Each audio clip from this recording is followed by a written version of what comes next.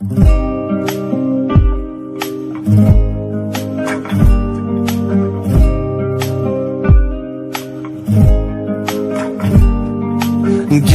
نکن عزیزم، کار دنیا همینه.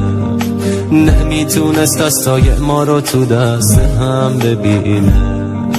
غصه نخور عزیزم، من و تو بی گناهیم. باید جدا بشیم و دیگه آخر راهی، دیگه آخر راهی. ما که عشقمون مثل زلزله تو دنیا صدا کرد. دیدی آخرش دنیا ما رو از هم جدا کرد. هیچکی نتونست یه لحظه ما رو با هم ببینه.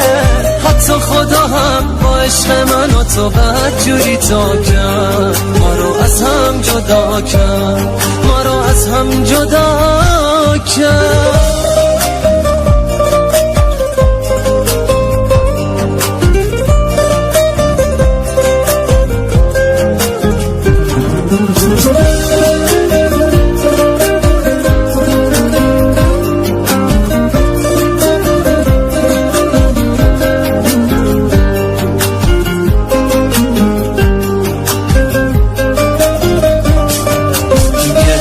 نکن عزیزم، کار دنیا همینه.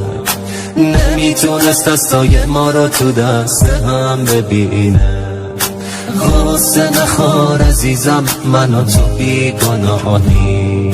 باید جدا بشیم و دیگه آخر راهی، دیگه آخر راهی.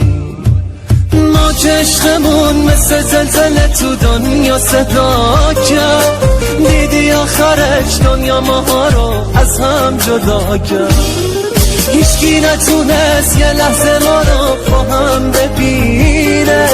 حتی خدا هم با عشق من و تو بدجوری تا کرد. ما رو از هم جدا کرد، ما رو از هم جدا کرد.